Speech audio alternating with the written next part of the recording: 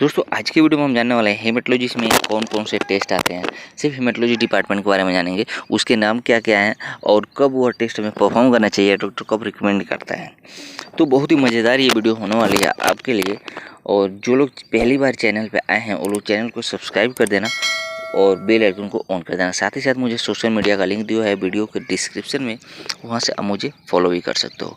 चलिए हम बात करते हैं हेमेटोलॉजी टेस्ट में। दोस्तों हेमेटोलॉजी में सबसे पहले जो टेस्ट होता है वो होता है सीबीसी।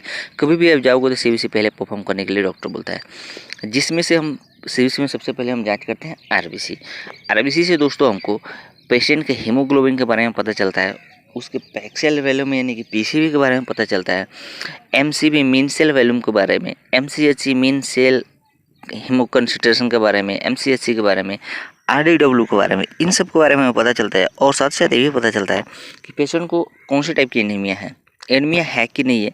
इन सारी जानकारियों को हमको मिलता है सिर्फ आरबीसी टेस्ट के बारे में, यानी कि हेमेटोलॉजी के अंदर आता है ये आरबीसी, और आरबीसी के अंदर ये सारे पैरामीटर्स आते हैं। उसके बाद आता है दोस्तों डब्ल्यूबीसी, यानी कि सीबीसी में जो दूसरा आता है वो डब्ल्यू से हम काउंट करते हैं, जिसके अंदर हमें डिफरेंशियल मिलता है। और डिफरेंशियल में दोस्तों हम न्यूट्रोफिल काउंट करते हैं, लिम्फोसाइट काउंट करते हैं, यूसिनोफिल, मोनोफिल, बेसोफिल, और कभी कभी हमें ब्लास्ट सेल भी देखने को मिलता है, जिससे पता चल सकता है कि पेशेंट को कौन सा टाइप का कैंसर है कि नहीं है। साथ ही साथ डिफरेंशियल से हमें ये भी पता चलता है कि पेशेंट को कौन सी टाइप का इन्फेक्शन है या कुछ और तरह की बीमारियां हैं, जैसे न्यूट्रोफिल, लिम्फोसाइट, यूसिनोफिल, इन सब के बारे में हमें पूरी डिटेल से जानकारी करने को मिलता है। और साथ ही साथ पेशेंट को भी हम बता सकते हैं कि आपको कोई इन्फेक्शन हुआ है, कोई क्रोनिक डिसीज हुआ है या कौन सी बीमारी है। ये सारे डब्ल्यूबीसी काउंट करने से हमको पता चलता है। उसके बाद आता है उसमें प्लेटलेट काउंट। दोस्तों प्लेटलेट काउंट में हम पीसीटी काउंट करते हैं, एमपीवी काउंट करते हैं और पीडीडब्ल्यू काउंट करते हैं, यानी कि प्लेटलेट के पैरामीटर्स के बाद हमको ये सारे काउंट करना पड़ता है, जिससे करेक्ट पता चल सके पेशेंट के अंदर प्लेटलेट कितनी है। और प्लेटलेट का काम होता है ब्लड को थक्का करना। उसके बाद हमारे पास जो टेस्ट आता है हेमेटोलॉजी में दूसरा होता है हीमोग्लोबिन इलेक्ट्रोफोरेसिस। इसको आप इन शॉर्ट में HB इलेक्ट्रोफोरेसिस भी बोल सकते हैं, जिसके अंदर दोस्तों हम HbA टेस्ट करते हैं, HbA2 करते हैं और HbF टेस्ट करते हैं। यह टेस्ट करने के बाद से दोस्तों बहुत सारी जानकारियाँ मिलती है उस ब्लड के बारे में, यानी कि पेशेंट को और कौन से टाइप के एनीमिया हुआ है या सिकल सेल हुआ है या पेशेंट को हेपेटाइटिस का प्रॉब्लम है कि नहीं है। इन सब जानकारियाँ मिलती है ये HB इलेक्ट्रोफोरेसिस करने के बाद से, और उसके अंदर ये सारे पैरामीटर्स आते हैं। फिर हम बात करते हैं रेटिकुलोसाइट टेस्ट के बारे में, यानी हेमेटोलॉजी में हमें रेटिकुलोसाइट भी टेस्ट करना पड़ता है। और दोस्तों रेटिकुलोसाइट करने से हमको ये पता चलता है कि मतलब किसी स्थिति में किया जाता है, तो अगर कोई इन्फेक्शन हुआ है काफ़ी दिनों से पेशेंट को, या कैंसर हुआ है, या पेशेंट को एनीमिया हुआ है, या बोन मैरो में कोई फंक्शन, बोन मैरो फंक्शन के बारे में, क्योंकि बोन मैरो से हमको वहाँ से प्लेटलेट बनता है, वहाँ पे आरबीसी बनता है, तो उन सब की फंक्शन कैसे काम कर रहा है, ये रेटिकुलोसाइट काउंट जो टेस्ट होता है इस रिजल्ट पे डिपेंड करता है कि हमारा बोन मैरो में किस तरह से प्रोडक्शन हो रहा है।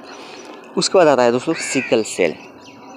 और सिकल सेल टेस्ट भी हम हेमेटोलॉजी में ही करते हैं। जब किसी पेशेंट को अगर एनीमिया हो जाता है या ब्लड लॉस उसका होता है या सिकल सेल एनीमिया का हमें ऐसा लगता है कि पेशेंट को शायद सिकल सेल एनीमिया हो सकता है, तो उस रीजन में हमें सिकल सेल टेस्ट परफॉर्म करना पड़ता है, जो कि हेमेटोलॉजी के अंदर ही आता है। और ये सारे टेस्ट एक हेमेटोलॉजी डिपार्टमेंट का कोई भी टेक्नीशियन परफॉर्म करता है। फिर हम बात करते हैं आयरन एसे, यानी कि आयरन का भी टेस्ट हमें हेमेटोलॉजी में ही किया जाता है। और उसके अंदर जो पैरामीटर्स आते होते हैं, आयरन टेस्ट करते हैं हम, TIBC करते हैं, UIBC करते हैं और फेरेटिन टेस्ट करते हैं, यानी कि आयरन एसे के अंदर, आयरन स्टडी के अंदर ये सारे पैरामीटर्स किया जाता है। और हमें ये पता किया जाता है कि हमारे शरीर में या हमारे ब्लड में जो आयरन की मात्रा है वो कितने लेवल तक मौजूद है। जो फेरेटिन है वो भी एक आयरन ही होता है, तो वो कितने लेवल तक हमारे शरीर में मौजूद है, कम है कि ज़्यादा है, इन सब की जानकारियाँ हमें सिर्फ आयरन स्टडी टेस्ट से हमको पता चल जाता है दोस्तों। उसके बाद हम ESR टेस्ट करते हैं। ESR दोस्तों हर एक पेशेंट को नॉर्मली बेसिस पे रूटीन चेकअप में ESR किया जाता है, लेकिन इस टेस्ट से हमें पेशेंट के डायग्नोसिस को पता नहीं कर सकते, क्योंकि इस टेस्ट के आधार पे ये आइडेंटिफाई नहीं कर सकते हम पेशेंट को कोई डायग्नोस हुआ है। तो ESR बेसिकली किया जाता है हेमेटोलॉजी में। उसके बाद हम ऑस्मोटिक फ्रेजिलिटी, जिसको हम इन शॉर्ट OFV टेस्ट बोलते हैं, जो कि हेमेटोलॉजी के अंदर ही परफॉर्म किया जाता है। उसके बाद कोएगुलेशन स्टडी किया जाता है दोस्तों हेमेटोलॉजी के अंदर, जिसमें आते हैं हम BT ब्लीडिंग टाइम हम करते हैं, क्लोटिंग टाइम करते हैं उसके बाद हम पीटी आइनर, एपीटीटी और टीटी यानी थ्रोम्बिन और प्लाज्मा प्रोटीन, प्लाज्मा फाइब्रोनेजन, ये सारे टेस्ट हम हेमेटोलॉजी में परफॉर्म करते हैं। और कोagulation से मतलब ये है कि हमारे शरीर में कोagulation करने की क्षमता कितनी है हमारे ब्लड के अंदर, यानी क्लोटिंग फैक्टर कैसे काम करता है, ब्लड क्लोटिंग कैसे हो रहा है, पीटी आयनर शरीर का ब्लड का आयनर कितना है, ये सारी जानकारी हमको एक हेमेटोलॉजी टेस्ट के अंदर आता है। बहुत सारे लोगों को कन्फ्यूजन होता है कि हम कोagulation फैक्टर हेमेटोलॉजी के अंदर आता है नहीं है, तो ये कंफर्म कर लेना आप लोग। उसके बाद आता है कॉम्स टेस्ट। दोस्तों हम कॉम्स टेस्ट भी हेमेटोलॉजी के अंदर ही करते हैं, जिसमें हमें डायरेक्ट कॉम्स टेस्ट यानी कि डीसीटी और इनडायरेक्ट कॉम्स टेस्ट आईसीटी भी हेमेटोलॉजी के अंदर करते हैं। फिर आता है ब्लड ग्रुप टेस्ट। दोस्तों हम ब्लड ग्रुप हेमेटोलॉजी के अंदर ही करते हैं, और जिसमें हम forward blood grouping, reverse blood grouping और क्रॉस मैचिंग ये टेस्ट करते हैं। क्रॉस मैचिंग मतलब कि अगर पेशेंट को कोई ब्लड वगैरह देना है तो उस टाइम पर क्रॉस मैचिंग किया जाता है कि उस पेशेंट का ब्लड ग्रुप कितना है, मैच कर रहा है कि नहीं, तो इन सब के बारे में भी किया जाता है। उसके बाद है G6PD भी दोस्तों हेमेटोलॉजी के अंदर ही किया जाता है, खासकर ये किया जाता है। उसके बाद ये दोस्तों हम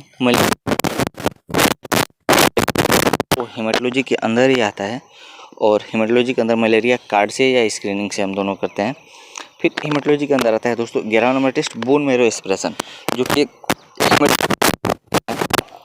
बोन मैरो एस्पिरेशन भी हम हेमेटोलॉजी के अंदर करते हैं, जिसमें हम स्लाइड को बनाना, स्टेन करना, बोन मैरो के फंक्शन के बारे में सारा जानना, तो ये बायोप्सी के अंदर आता है। फिर एफएनएसी किया जाता है, दोस्तों एफएनएसी भी हेमेटोलॉजी के अंदर ही किया जाता है। और एफएनएसी से हमें अगर शरीर में कहीं भी अगर थोड़ा भी गांठ बना हुआ है तो उसके अंदर से सैंपल निकालते हैं और स्लाइड प्रिपेयर करते हैं। फिर आता है पीबीएस स्मेयर। दोस्तों पीबीएस स्मेयर हेमेटोलॉजी के अंदर किया जाता है, इससे हम स्मेयर से पता चलता है कि पेशेंट को कौन से टाइप का एनीमिया हुआ है या फिर फेल करने वास्ते और कोई क्रोनिक डिसीज हुआ है क्या, ये सारे स्मेयर पे हमको कंफर्म करना होता है। और उसके बाद आता है माइक्रोफिलेरिया। दोस्तों माइक्रोफिलेरिया भी एक हेमेटोलॉजी के अंदर ही टेस्ट होता है, और इसके जो सैंपल कलेक्शन करने के टाइम होता है वो होता है रात के टाइम पे कलेक्शन करते हैं। फिर डी डाइमर टेस्ट। दोस्तों डी डाइमर जो होता है वो हमारे शरीर में ब्लड क्लॉट करने की क्षमता पता करता है, नहीं ब्लड क्लॉटिंग कैसे हो रहा है, या कहीं पे अगर गांठ बन रहा है या क्लॉटिंग हो रहा है ब्लड में, तो उसको पता करते हैं। फिर आता है क्रायोग्लोबुलिन। क्रायोग्लोबुलिन दोस्तों एक हेमेटोलॉजिकल ही टेस्ट होता है, इसको हेमेटोलॉजी के अंदर परफॉर्म किया जाता है, और इसको टेक्नीशियन ही परफॉर्म करते हैं क्रायोग्लोबुलिन के लिए, और खासकर इसको सीरम की ज़रूरत पड़ती है क्रायोग्लोबुलिन के लिए, लेकिन हेमेटोलॉजी के अंदर टेस्ट किया जाता है। फिर आता है स्प्लीन बायोप्सी। स्प्लीन बायोप्सी भी हेमेटोलॉजी के अंदर ही किया जाता है दोस्तों, और जो कि एक डॉक्टर परफॉर्म करते हैं। फिर आता है क्रायोटाइपिंग। क्रायोटाइपिंग का भी एक टेस्ट होता है जो कि हेमेटोलॉजी के अंदर किया जाता है। बहुत सारे छोटे लैब में नहीं किया जाता, लेकिन स्पेशल लैब में, बड़े लैब में ये टेस्ट परफॉर्म किया जाता है, आज भी किया जाता है, लेकिन बहुत कम लेवल पे ये टेस्ट परफॉर्म किया जाता है। तो इसके अलावा अगर लगा है कि और कोई टेस्ट है जो हेमेटोलॉजी के अंदर आता है तो मुझे कमेंट करके बताएं, नहीं तो वीडियो को लाइक कर देना, शेयर करना। उम्मीद करता हूँ वीडियो में कुछ आपको जानकारियाँ मिली हो। तो फिर हम मिलते हैं एक और नए वीडियो में, तब तक ऐसे आप मुझे सपोर्ट बने।